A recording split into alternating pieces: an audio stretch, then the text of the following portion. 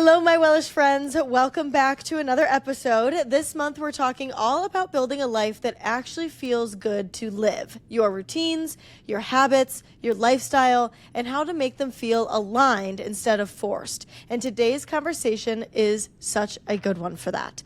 I'm joined by Terri Hanson Mead, a reinvention advocate, helicopter pilot, and the author of Piloting Your Life, who helps women break out of the boxes they've been living in and start designing lives that actually feel like theirs. Today, we're getting into what it really looks like to change your life in a real way through the choices you make every day. Terri, welcome to Wellish. I am so excited to talk to you. I'm excited to have this conversation. You are such a fun and fiery and amazing individual. I think this will be a fun conversation. Thanks. I know. I'm so excited.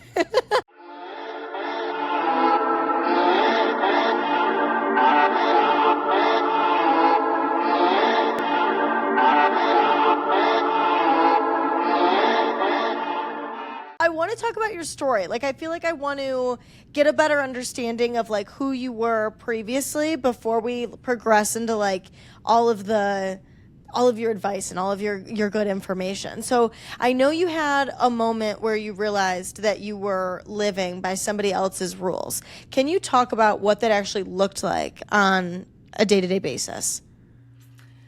On a day-to-day basis, I think taking a macro view would be helpful. I was born and raised in the San Francisco Bay Area. I've actually never lived anywhere else, which is why I travel so much, because my lived experience here in this bubble is, I live in a bubble, and it's important to see how other people live to be better humans. I was raised as a Gen Xer to think that I could have it all, be it all, do it all in a society and with men who were not really set up to support that. At about 37, I'll be 56 next week. At 37, I realized that no matter how hard I worked, no matter what I did, there were going to be obstacles and barriers, and the doors were not going to open up for me. And that was a really hard realization.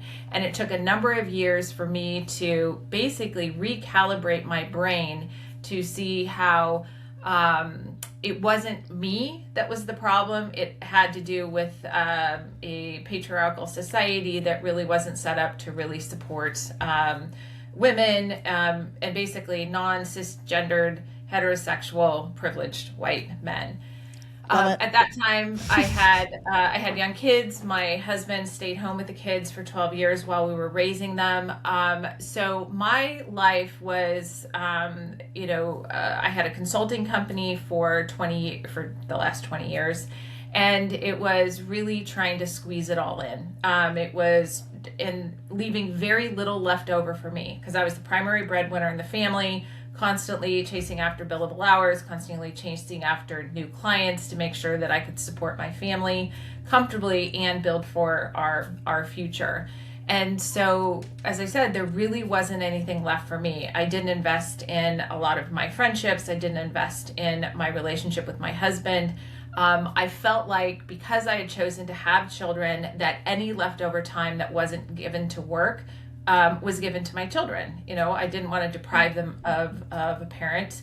Even though my husband was home, I was still doing the majority of the mental load, the emotional caregiving, keeping up with our social lives. My husband's great, but he just wasn't taught all of those different things. And so there really was nothing left for me. And so in my 40s, once I started going through the menopause transition, and I started to realize, and I didn't know I was going through it, by the way.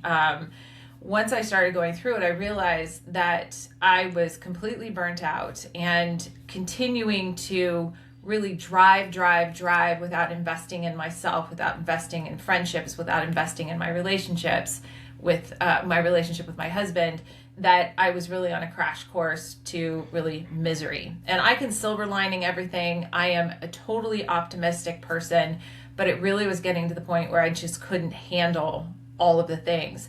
I was probably undiagnosed ADHD, and a lot of women going through menopause transition realized we can no longer mask the way that we were able to mask. So I was not able to do all the things that I was able to do as the little Energizer Bunny or Tigger.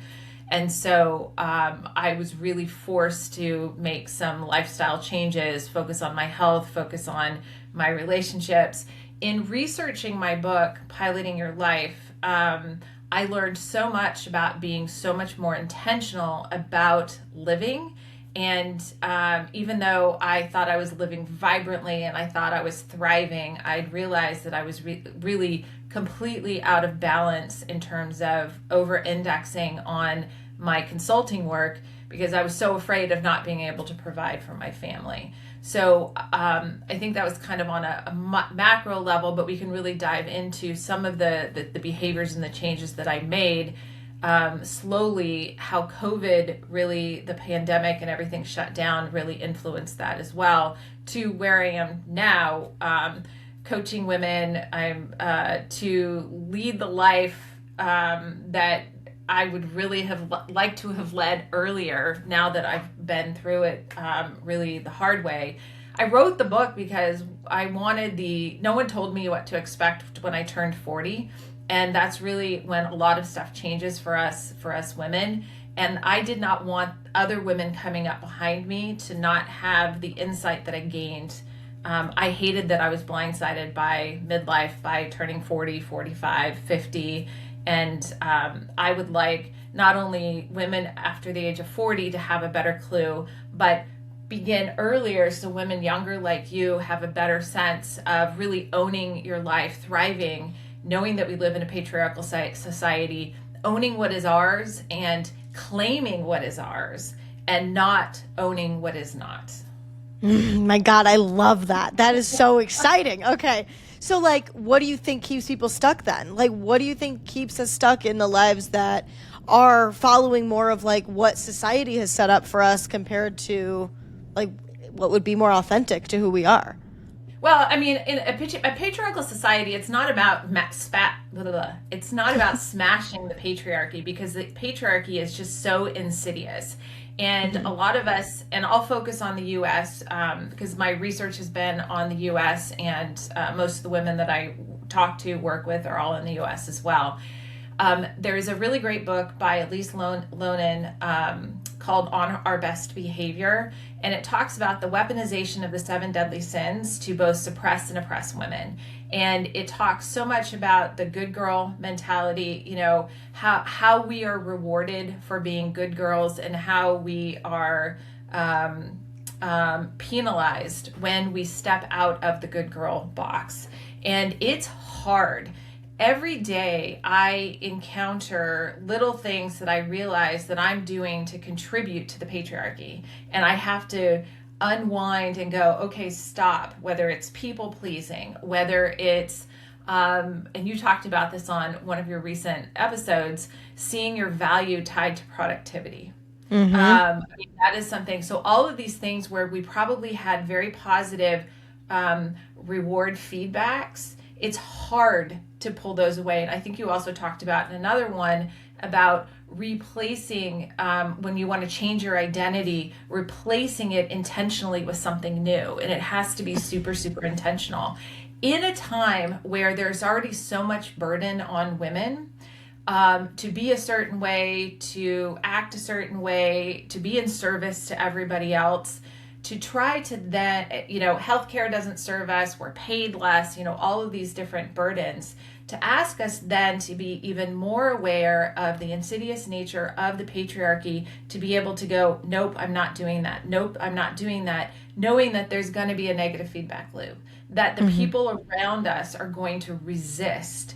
And so we have to continue to advocate for ourselves every frickin' moment.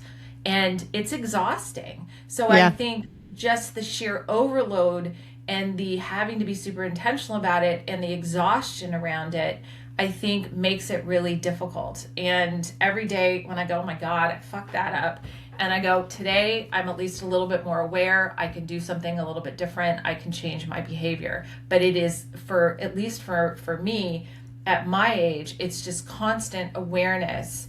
You know, and it's those times when somebody, like some guy says something, and, you know, I've been so conditioned to de-escalate, to make it so that it's potentially a non-hostile situation, or to laugh it off because, you know, don't make such a big deal out of it. it's my executive coach a number of years ago said, awareness, is the first step, and you kind of back up from there. So you're like, oh crap, I just did it again. And the next time maybe you're like, oh crap, I'm doing it. And the next time you're like, I see it coming, but I can't stop it. When I play into the downplaying or the laughing it off or whatever it is, and then slowly getting, I see it coming, I'm not going there. And then to be able to even back up further and go, did you really mean that? And to practice responses in various different situations to call them out so that I'm not contributing to that, because it not only reverses and trains me differently and desensitizes me to the negative reaction I'm probably going to get, because my stress goes up when and so to be able to desensitize and be able to have the wherewithal to go, what did you mean by that? Did you just say what you just say? Can you repeat that? Can you repeat that? But these are like new behaviors that we have to practice. And so we're in those kinds of situations, we can call them out, and then we are not contributing. And I know I just kind of talked in like 72 different circles on that, because it is so complicated and it's so sticky and hard to get around. Totally. Well, it makes me think of what you've talked about in that transition period, because obviously you're going to have to not allow yourself to get completely overwhelmed by all of the things that you were just describing, that we have to wear all of these hats and try to be doing all of the things in order to become the person that we want to be and embody the lifestyle we want to. It's too much. It's intense. So I know that obviously we have to get through that transition from who we are now to who we're trying to become and building the life that we want to live. So in the middle of that is what you've discussed, I know, is that messy middle. So what is that, and why do people underestimate it? Well, I mean, transitions are hard, change is hard, and a lot of times when we are going through maybe significant life changes or transitions, we don't really have a clear idea of who we want to be on the other side or how to get there. A lot of times in the women that I either coach through my Navigating Midlife for Women course, through Stanford Continuing Studies, or, individually, sometimes as we're trying to figure out who we're going to be, we have to try a whole bunch of stuff on. And it takes a lot of courage to try something that may or may not work, and invest in a certain behavior, a certain activity, or a certain interest, or a certain change. It takes a lot of courage. And sometimes you don't know what's on the other side of it. I love the analogy of the pool, that you have to let's say you want to get to the other side of the pool. You got to let go of what you know and what's familiar to be able to navigate to the other side that is a complete unknown. You might have an idea of where you're going or what you want, but life is finicky. Life is fickle. You really don't exactly know what you're going to find. And you may have in your mind what you want to be, but I think we have to be really flexible around that, because there might be some brilliant discoveries along the way that may influence and may change the picture of what we want to be. We can set targets and goals, whether it's financial freedom, whether it's creative freedom, whether it's freedom from a significant other, maybe having more connections. We can have generalized goals, but who we are as we are chasing those, I think really evolves over time, and we have to be open to new learnings. I talk about making failure your second favorite F word. We all know what my favorite F word is. Same. Yeah, I listened. I know. Yep. Making failure your second favorite F word, because there really is no failure unless you fail to learn. So you might learn something, discover, try something on. And so I think the challenge is just being open enough to possibilities, but also for us women, thinking big enough about what we want. Because I think a lot of us, I was an angel investor for 10 years. And so I worked with a lot of women founders, because women founders tend to tackle problems or produce things that align with what I want to have exist in the world. But what I found is a lot of women founders would put out as a vision only what they thought was possible. They didn't do this pie in the sky, ridiculous, unachievable type thing that the men founders usually do. And the problem with that is the women could definitely achieve and exceed whatever they put out there. The men never reached it, but the investors, who were mostly men, were chasing after that dream. And so they didn't want to go for something that seemed reasonable or practical or realistic. What they wanted was going after the big gamble. And I thought that was a terrible idea on a number of different levels, because you swing in for the fences every single time. I mean, you're going to strike out more than you're going to hit it. Mm-hmm. And I was like, let's go for a bunch of consistent doubles and triples. I mean, if I have 10 doubles and triples, but I have, you have 1,000 misses, I'm like, mm-hmm. I'm going to do better overall. Mm-hmm.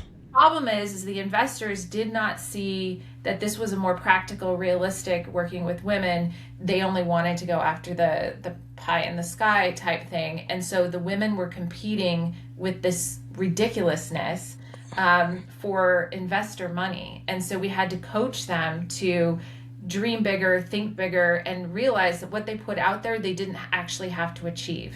They just needed to show that they were thinking big and make progress towards something. They would never be held accountable for not achieving. And I think that's women are socialized at a young age, girls are socialized that we take ownership of our failures and we give other people credit for our successes. And that means that we take on too much ownership. And the reverse is true for young boys. And if that's true, that's why boys and men can go, yeah, I'm going to go do that, whatever. Mm-hmm. They're never really held accountable for that. And they are actually rewarded for that big thinking. Whereas we're not necessarily rewarded in the same way as women. It's so bizarre. Okay, interesting. I love that. It is ridiculous. Oh my God. Okay, so what, I'm wondering, when you're reinventing yourself, what does it require that people don't give enough credit to? I think it's tenacity. I think it's courage. I think it's letting go of what no longer serves us. I mean, we talk about that all the time, but it's so hard to let go of the comfortable, even if it's destructive, even if it's sabotageous. I think the intentionality, I think I said tenacity, but it's the perseverance that we have to keep trying. Not everything is going to work, and we have to accept that part of the work, part of the learning it's the journey. So I think we underestimate the amount of time that it takes for some of these things to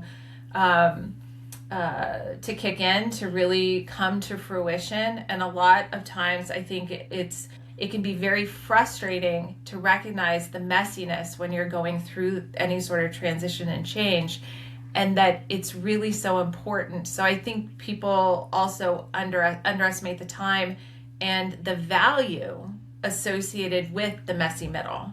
Mm-hmm. Yeah, well, because that makes me think of the story you just told, using the baseball reference.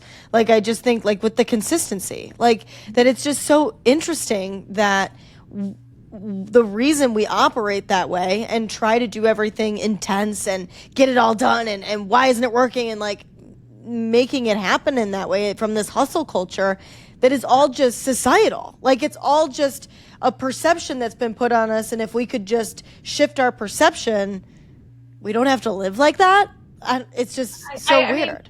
I mean, that I think that oversimplifies it, because you can say, if you can dream it. No, what you're saying is fine, but societal's expectation is oversimplification. That, if you just think hard enough, you can visualize, you can make it happen. I'm like, there are a lot of freaking steps. Oh, I see what you're saying. There's a lot of energy that happens along the way. And I think, the other day I was looking at, maybe it was my co-star or something else. It's like, don't give up, you're one step away. And I think the hard part, one of the hardest things, is understanding when to keep going and when to shift gears. And I think in one of your recent episodes, you talked about your frustration in that you were changing things up a couple times during the month, and you're like, I think that's messing with my plan. And I was listening to that, and I'm just like, but I understand consistency, but I also understand flexibility. So I don't know what specific changes you were doing, but if you were like, oh my God, it's not happening fast enough, I need to make this change, or you weren't seeing the results fast enough, or if it was, you know what, strategically I'm looking at this and I'm not seeing based on what I've learned over the last 2 weeks, I am not moving towards the goal that I had for myself. And so I think that's really good strategic thinking, because it doesn't mean you are realizing that just because you're doing an activity doesn't mean that you need to keep doing that activity. That you can. So once again, I don't have the specifics on what you were referring to. I think it was one of your hates for the month, and you're like, I hate that I wasn't as consistent as I wanted to be, and I changed things up maybe too frequently. I don't know, maybe it's a superpower of yours, and that you're able to see a couple steps ahead and go, this is not going to give me what I want. So Terri, you're great. It's a little bit of both, I would say. Like, I think it's a little bit of that I'm not getting the external validation quick enough. And so that's what causes it. That I think like, oh, I want validation that I'm doing the right thing. And I would be better if I could just follow a specific plan. So I'm going to change it up to fit in alignment with that. But I think you're right. That I think a lot of it is strategic thinking, and that as I evolve every single day and learn and intake new information every single day, that I want to strategically change how I'm doing things because it makes more sense from the information I'm learning. What you just said, I mean, the validation, and you talk a lot you've talked a lot in your last couple of episodes about the external validation. That is one thing I am actively working on right now. I mean, one of my Stanford Continuing Studies students gave me a jar of fucks because she's like, you shouldn't have this many left. It was just, because I talk about, I wish every girl had 0 fucks to give from the very beginning and never lost that. I mean, if that is like magic wand I could do, that would be so awesome. Because then we could so show up so authentically, without apology, and just move through life just so completely different. I'd be in the front row with the fairy dust from your wand, like, please. Oh God, yes. Wait.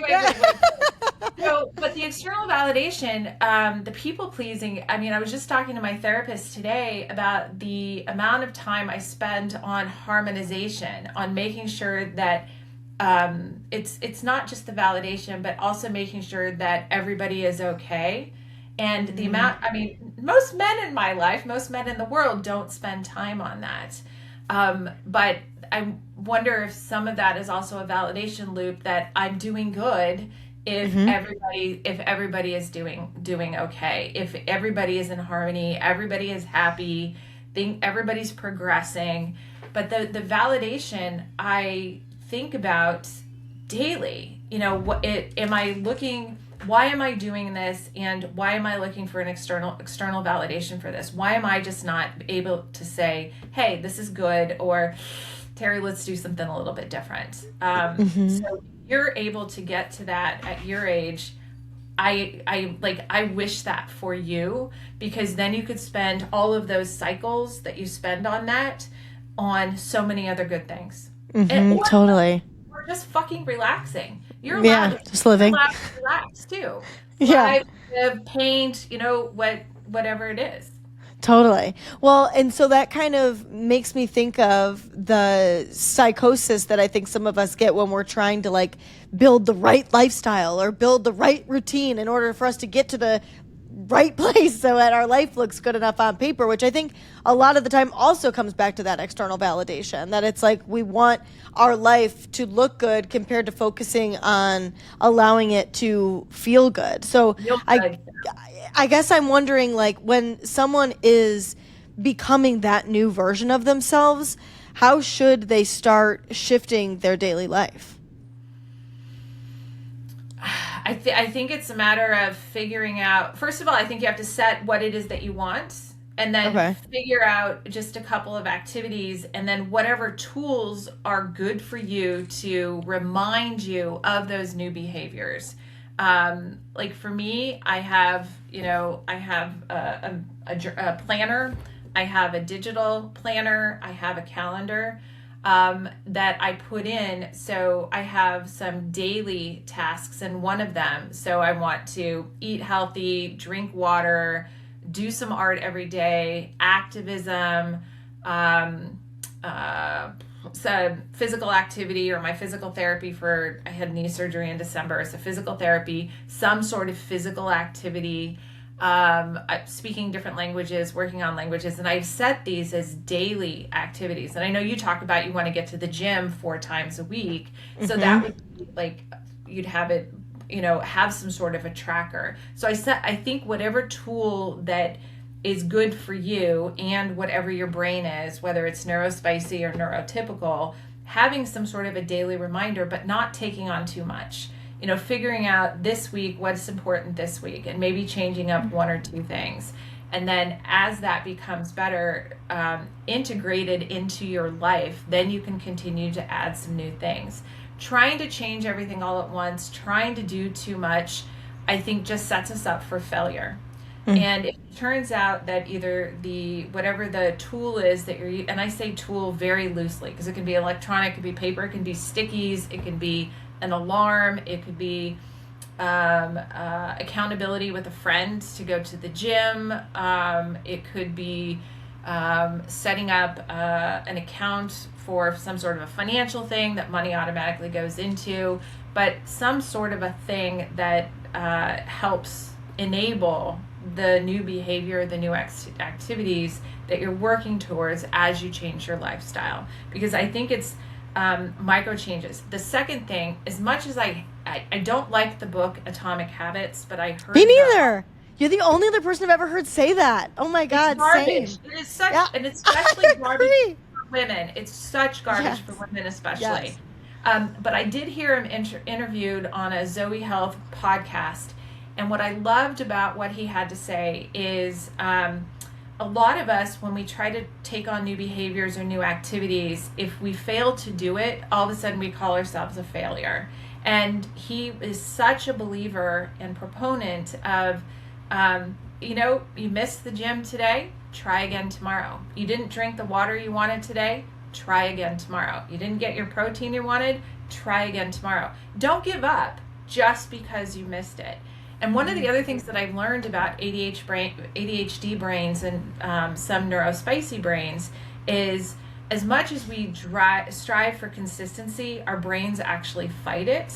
And so I try so hard to be consistent, and I beat myself up when I can't, whether it's my writing my weekly newsletter or posting for our various social media accounts or something else. I realized that I'm really not working in harmony with my natural, the way that my brain works. I'm really fighting it.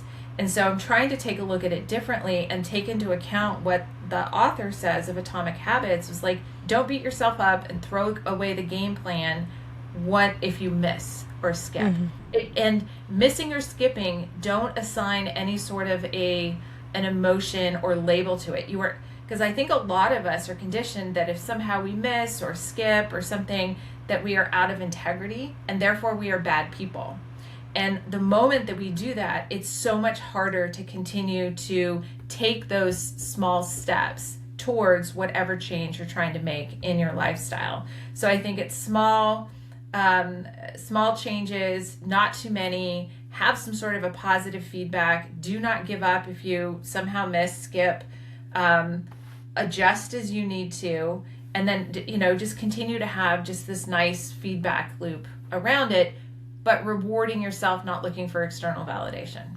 I think you said something really important, and that's the short term. Like, I loved that you said, what can I do this week in order to make things happen? Because I think a lot of the time when we try to implement these new lifestyles, these new identities, that we think in this like huge long-term point of view, and bringing it down to like, what's going to support me best this week and make this happen this week or today compared to like my whole entire life. And I hope I can look back on my whole life and feel like it's good. It's too much. And I feel like that's how you balance the discipline with freedom, that like you can still enjoy your life and like feel good, but still be working towards becoming the person you want to be. Yeah. So one of the things that I do at the beginning of every year is establish like buckets. I don't do New Year's resolutions. I don't do specific goals. I kind of do targets. And one of the targets is around my health. One of my targets is around what lights up my life. What something around financial, something around my relationships. I've got 5 or 6 different buckets, and I've been doing this for 7, 8, maybe longer than that number of years. And every week I go through and I just capture what did I do to move towards whatever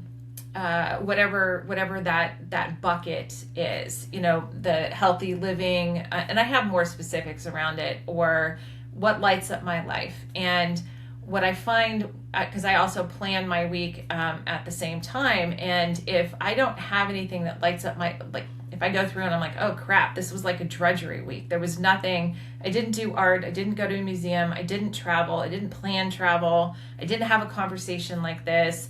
I didn't have a date night with my husband, or, whatever it is, I didn't sit with my dog for an hour, whatever it is, I couldn't find something that lit up my life. Then I build it into my calendar for the following week. I make sure go to the beach with Stacy, put that on my calendar, reach out, make sure that she's on there so that I have something that lights up my life. Or the gym, I will go, okay, these are this is when I'm going to plug this into my calendar. So I build everything else around it because it's a priority.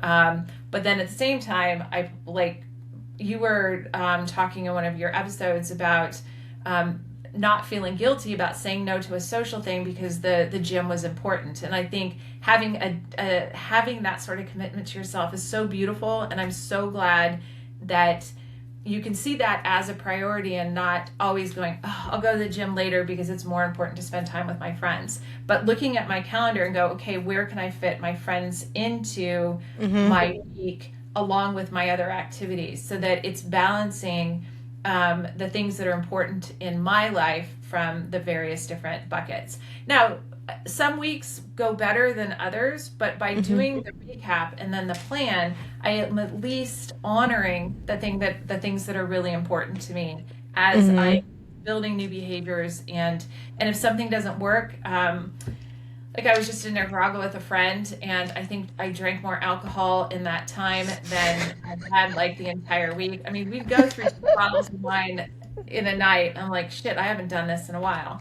And so I was like, okay, drank a little bit, my healthy thing. I'm like, okay, drank a little bit too much alcohol this week. Let's focus on, 5 no alcohol days and, maybe 2 alcohol days, but let's keep it in moderation. Or if the water, it was like, had a rough time with the water, what can I do this week in order to make it so that my hydration is better? What new behavior can I do? I mean, when I'm traveling, it's just a little bit harder. So just having like micro adjustments in various different places, and then just the reminders to make it happen. The broader goals. So I know that you talk about this, but it's something that's like I really focus on too, and it's important to me because I get so weird in my brain about it, is the shoulds. So I'm curious about how you actually identify what's a should versus what you truly want, because I feel like when we're living life trying to incorporate new things, that you're shoulding, but like at the same time you're like, but I want that thing, so like how do I figure that out, the difference there? I'm sorry, I don't have a good answer for you because I struggle with that on a daily basis. Yeah, it's like, that's validating though. It's so I try to like step into my body. I'm trying to let go of being so head forward and start being more body and heart forward, which has been a revealing that I've been working on for like the last 10 years. Growing up in the Silicon Valley, hustle culture, rewarded for being very head forward.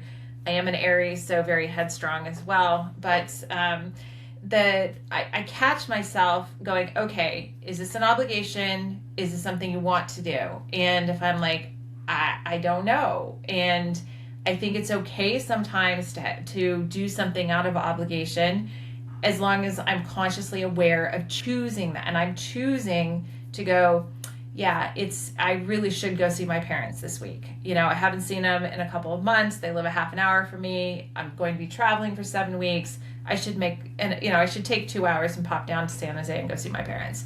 I'm like, that is something that I'm like, I should want to do it. It'll be interesting to see what your mom says about that comment, because I know she got on you. It's true. Hi, Mom. Yeah, hi, Mom. But being okay, I'm going to do this because I want to meet that obligation. But there are a lot of times I'm sitting there going, I don't know. I know I should do this. I don't want to do this. But then what are the ramifications of me not doing this? And I battle, and I would like to say I'm more successful, but I'm still in that. I still fight the people pleasing, harmonization mentality, and right now I can just feel the tension in my body going. Ah! Mm-hmm. So sorry, I still fight it. No, I love that. I obviously think that that's a great answer, because it's nice to see that somebody that is still working on it struggles with that same thing, because it's a very real issue that comes up when you're trying to build the lifestyles and the routines.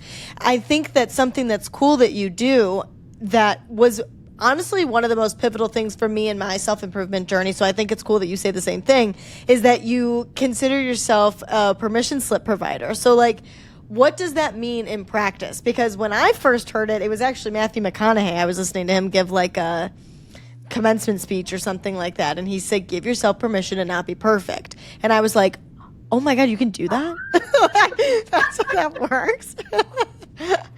I have never heard that term before. A permission slip provider. I love that concept.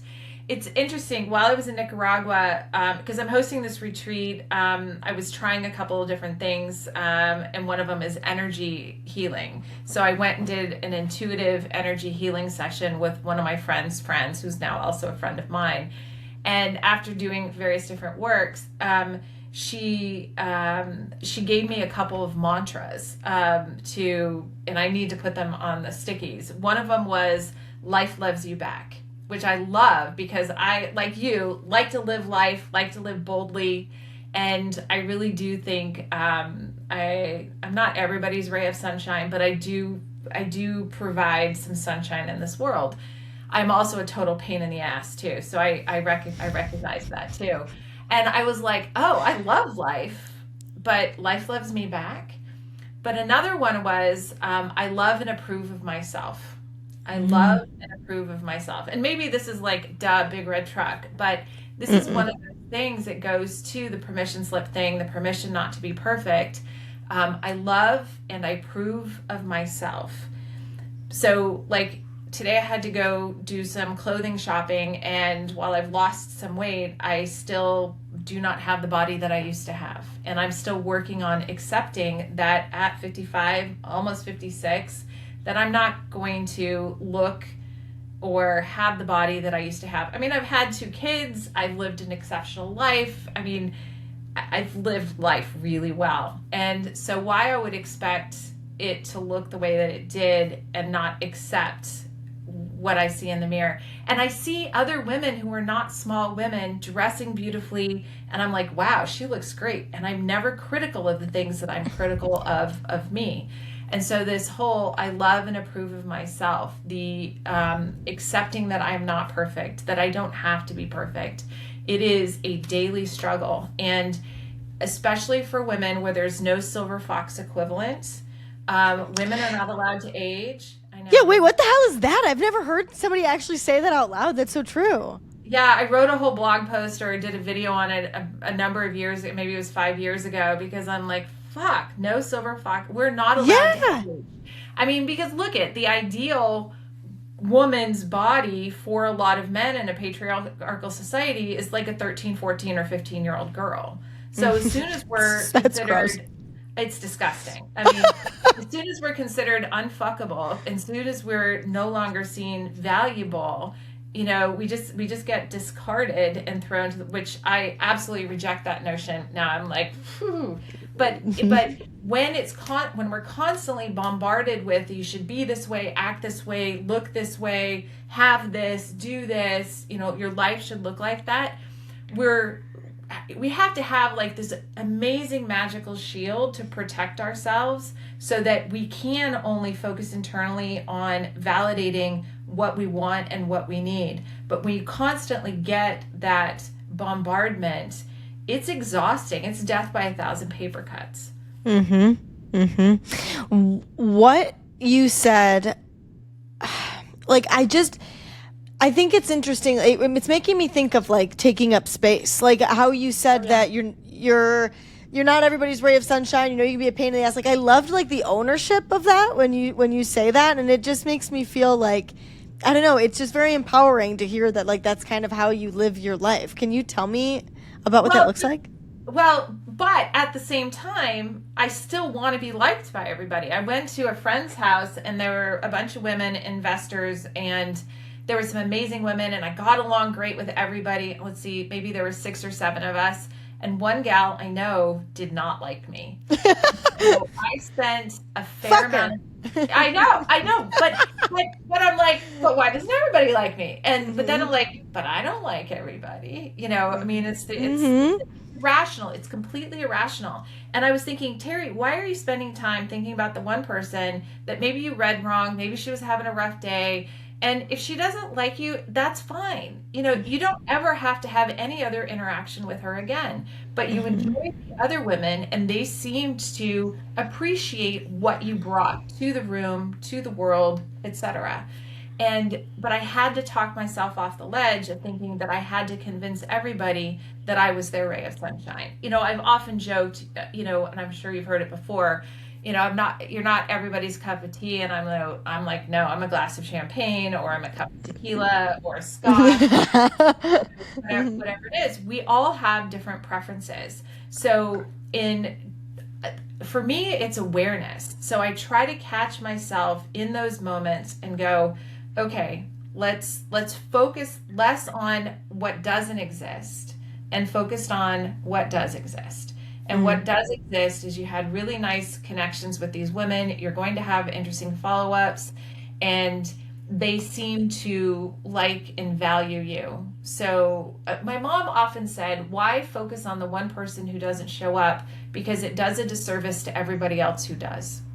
Yeah. It's true. I think that that's something that I've really been focusing on recently. I heard you say you're an Aries. I heard you say you use the astrology app. So do you like angel numbers? Is that a thing that you're into at all? Not yet. I did have my tarot read while I was in Nicaragua by my friend Christy, but no. What's an angel number? Angel numbers are when you see a number consistently, like on the clock, like 111, or on an address, like 111, 222, 333, and they each have a meaning. And whatever you were thinking about or whatever's kind of happening in your life right now is like a message, essentially, that you are given for those things. They're fun to look up. I mean, obviously it's just like any of that stuff, but I enjoy it. Yeah. It's just fun. Yeah. Exactly. Take what's meant for you, leave what's not. So I think that one of the things that I was seeing a lot was 111, and I don't ever see that. So I looked it up at one point because I was like, why does this number keep coming up? And it was about exactly what you're describing, that I need to focus on what I want instead of what I don't want to happen. And I feel like if you're somebody that is used to playing it small so that they can fit into a crowd of people, or they can fit into a group, or however, you do that, that's what is being screwed up almost, is that you're spending so much time focusing on like the bad and what could happen if people don't like you, or what you can do in order to make sure that happens, compared to focusing on the people that are actually enjoying you and giving people the genuine opportunity to get to know you, to like or dislike you. Mm-hmm. Yeah, no, I think that's beautiful. And I love the reframing of focusing on what you do want, or focusing on the positive. Where I get caught up on that is, for 25 years, I was a project manager, and I was paid to think of, put together the backup plan to the backup plan to the backup plan, look at the risks, look at what could go wrong, and put together contingency plans. And I got paid really well to do that, and also got rewarded when I would say, in writing a contract with a vendor or with a client, we'll put all of these things in, because if we do, then they're not going to happen. So, I got rewarded for focusing on the negative or the deficiencies or whatnot. And so trying to not be prepared for everything. I went to Necker Island a couple years ago twice, and the first time I came back and realized that I didn't have to plan for every scenario. And really what it came down to is trusting myself. That, basically with a credit card and my ability to solve problems, I could probably handle anything. And my executive coach would often ask, when have you not been able to figure something out? When have you not been able to make something happen? Because I'm one of those who always had the diaper bag with all the extra stuff. I had stuff, the backup to the backup in the back of the car, just in case something went wrong with the kids. I have in my luggage, backup to the backup in the event that something happens when we travel. And I've been slowly trying to kind of roll back on that and realize that if something doesn't go right, I can handle it and I can figure it out, and a little discomfort is not terrible. And then it goes back to spending energy on the right things. Like you've just talked about, focus on what's going right or building towards whatever it is that you want. But I have to constantly remind myself, because I have been so conditioned and rewarded for thinking about all the things that could go wrong and being prepared for them. It makes me think of what you were talking about earlier when you were talking about planning your day, that you always want to make sure, or your week, you want to make sure that there's something in your week that lights up your life. And it just feels like if somebody feels like their life is fine but not really exciting, that's kind of the approach to fixing that, is being more intentional, which I guess is full circle. That's what you were talking about at the beginning. No, that's brilliant. But I think a lot of people don't know what's going to light up their life. Interesting. Okay. So, one of the chapters in my book is around experimenting. I love experimenting. I love that. Experimenting. And in every aspect of your life, experiment and be like, try this on, and see it as a journey. And I am so goal oriented. So to be someone who's like, focus on the journey, I'm like, whoa. Yeah. No, let's get there, and let's get there in the straightest line possible. So but it's just like, let's try this on and see. I started at the beginning of the year doing art every day. I did art back in high school. I started college as an art history major, realized it wasn't practical, ended up getting, my undergrad was business. I ended up getting an MBA, and as much as I've loved museums and art, it has not been really prominent in my life. And I was also very afraid of not being good again. And so a friend of mine suggested this kind of art challenge to do something that was just 10 minutes a day. And so I went and got myself a sketchbook, and I did these little exercises, and I slowly got addicted to doing it and found it was like my favorite part of the day. And it just lit me up. And so since then, I've found different tutorials. I've spent way too much on art supplies. My goal is actually to get good enough so that when my husband and I travel for Zeke and Terri Adventures, we do postcards from the road where I write virtual postcards, but I also send out to people who've given us their addresses physical postcards. And I've been buying them, but my goal is to get good enough that I'm out and about and I can sketch or watercolor something and turn those into the postcards that we then send out. So I'm basically putting art back into the world as postcards to the people who are supporting our adventures. But Cool. But I mean, at 55, I finally got up the courage to start doing art again. And I did this. Stop. I love that. That's so cool.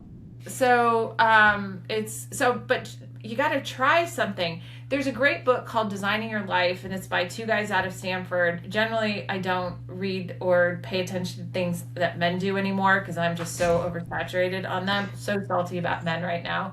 I love it. I have a husband. love them both, but I'm a little salty with the state of the world right now because it's largely due to men. Amen. Amen. So, anyway, but this book is really good because one of the things that they say in it is a lot of times people are like, I guess just like chase your passion and the money will follow or whatever. And it's like, well, how do you know if you're going to like something unless you try it for a period of time? And I loved that concept because you're not going to automatically be good. So having a beginner's mindset is really important, but give something a try to see if you're going to like it, because you can't make a decision if you're going to like something unless you've tried it. So I think we teach our kids, or maybe I was taught and our kids were taught, choose what you're excited about. Well, if you have no idea because you haven't tried it yet, how are you going to get excited about it? I think it's just totally backwards. So I think experimentation everywhere in your life is important. And I feel like that correlates. I mean, I know you said it because that was the book, but that's designing your life. Like, that is making sure that you live a life that you actually get to enjoy, compared to making sure that you're checking things off of a list and crossing off the boxes in order to get the external validation that we talked about earlier, or to make sure that your life looks good on paper and that you actually get to feel good inside of your life. Yeah, so you move away. So move away from the shoulds into I choose to, I want to, I get to. I think I'm rather than focusing on the I have to do this because my to-do list is like 1,000,000 miles long. I get to do this. I get to, whatever it is that seems a little bit like drudgery. It's like I'm privileged and fortunate enough to be able to do this. And it takes being very intentional, and it takes not being a little snot sometimes to go, yes, I choose to and I get to do this. No, I don't want to do it. I choose to and I get to do this. Yeah, 100%. I love how much you are so realistic about it. Like, that you seem to live a fully self-led, aligned life, but that you still, have... you still have the things. I love that so much. It's, and this is one of the things that, I'm truly passionate about this. It's like we are all imperfect humans, and every day we have the opportunity to make new things. And I will belabor something. I will let something bug me for a short period of time, and then I'll get over it, largely because I'll end up forgetting about it or something new will come up. That's me. It's like, oh, new shiny object. Yeah. Or the emotions around it fade, where something is like immediately like, oh my God, this is so painful. This is so cringy. I'm so embarrassed about this. Or, man, this hurts. And then that just dissipates over time. And I think that's what I've come to realize is whatever that strong emotion is, I'm trying not to fight it so much. And I'm trying to go, emotions are going to come and go. The more I fight it, the harder it's going to come back next time. And you can handle this. You can survive this. It's uncomfortable, but it's going to dissipate. And you have enough experience with this that it's going to dissipate. So just let it be. And I hate letting anything be. I mean, I am like, I am not a passive person in any stretch of the imagination. Same, yeah. 100%. But I like that because it is like something to intentionally practice, just allowing yourself to be here's my mom again. She said this to me about human being. It's just a human being. She probably got it from somewhere, but it's good. I love it. Yeah, it's good. And just know that every day we can try something new.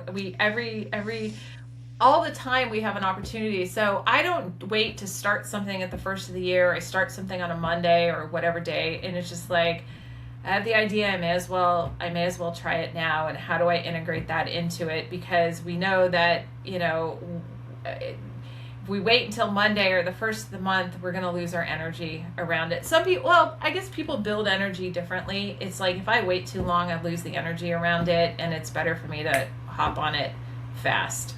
Yeah, totally. I love that. Well, to wrap us up, I have rapid fire questions for you. So I've got 8 of them. Essentially, how this works is I ask you a series of questions, but they are to highlight that you don't have it all together, which you do a very good job of. So I think that because you do normally, a lot of my guests have a lot of it together, they've got it pretty figured out, you've got good answers. So however you feel called to answer these questions, the game is called Kinda Toxic, Kinda Well, if you're down to play. Oh, absolutely. Okay, hell yeah. So what or who are you? Well.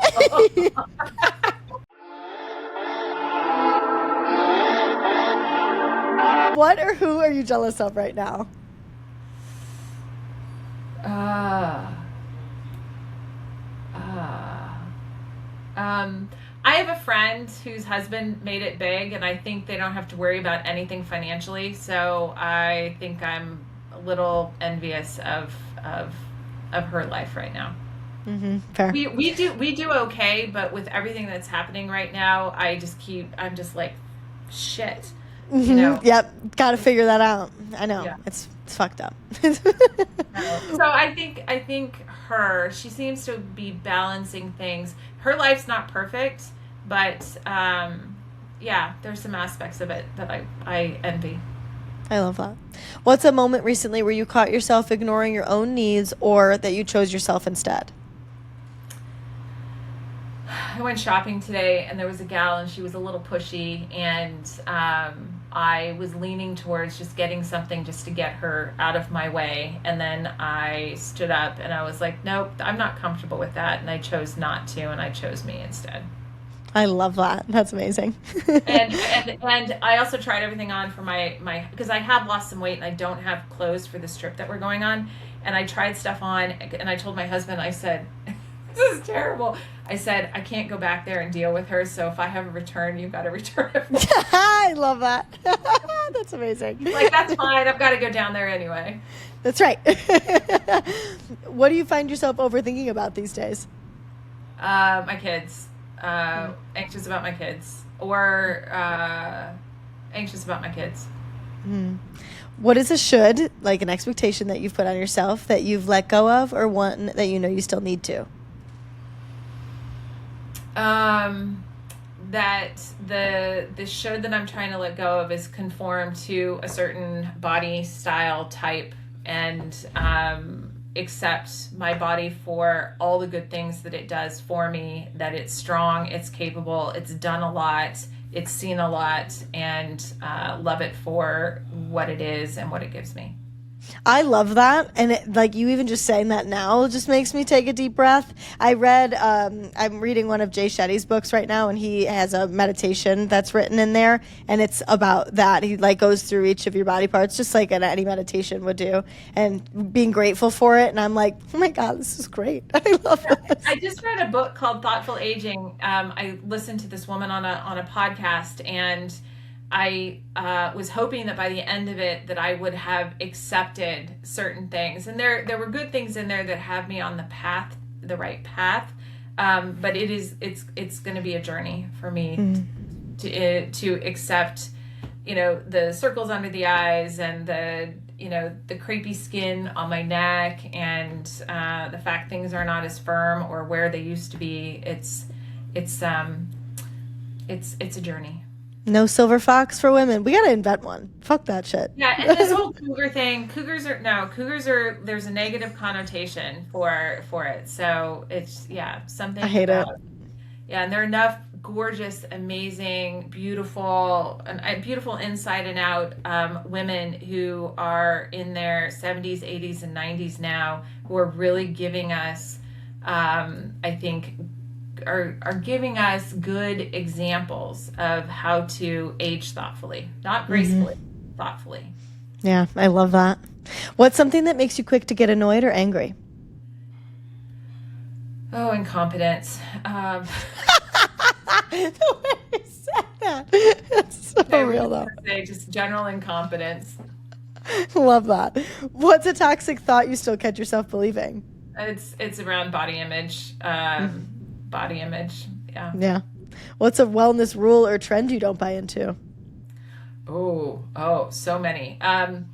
So I spent 25 years working in and with biotech, med device, diagnostic, and digital health companies. And so I understand FDA regulations of pharmaceuticals, medical devices, digital, and the lack of oversight on supplements. So I do not buy into over-indexing on supplements because you Interesting. can't trust what's in it because there's no actual government oversight, and they can have claims around it. And these days, FDA is not necessarily staffed to go after it, but the supplement industry, and also this whole longevity, the longevity thing is really focused more on it. It's such garbage. It is really not focusing on quality of life, and a lot of it is around hacks, mostly for men, around longevity. And I think it's detrimental to our health to be focusing on it the way that we're being sold all of this around longevity. And it really is focused on men. It is not focused on women. So Yeah. the longevity thing, snake oil. Oh my God, I could go. It's all around health. I mean, Yeah. the supplements that somehow there's a magical cure for aging, and especially going after the $1 trillion, or was it $600 billion market around women's health or aging women or something like that. Now there are so many people selling quick fixes around it just to make us feel less uncomfortable about aging and make us more uncomfortable with the thought of aging. And it's reinforcing and it's giving them a market opportunity, which drives me batshit crazy. Yeah, I love it. I don't have any strong feelings about this. Just a little. I love that. If you could leave my Welsh friends with one piece of advice on becoming more well than toxic, what advice would you give them? Other than don't look for external validation. You know what? Accept the mantra, I love and approve of myself. I love that. I'm thinking I'm going to write that on my bathroom mirror. When you said it, I was like, yeah, it's a good one. That's a good one. Yeah, I love and approve of myself, because if we center so much around that, then we can choose us. We can choose what is healthy. We can be stronger in resisting the bombardment of crap for us to be and act a certain way.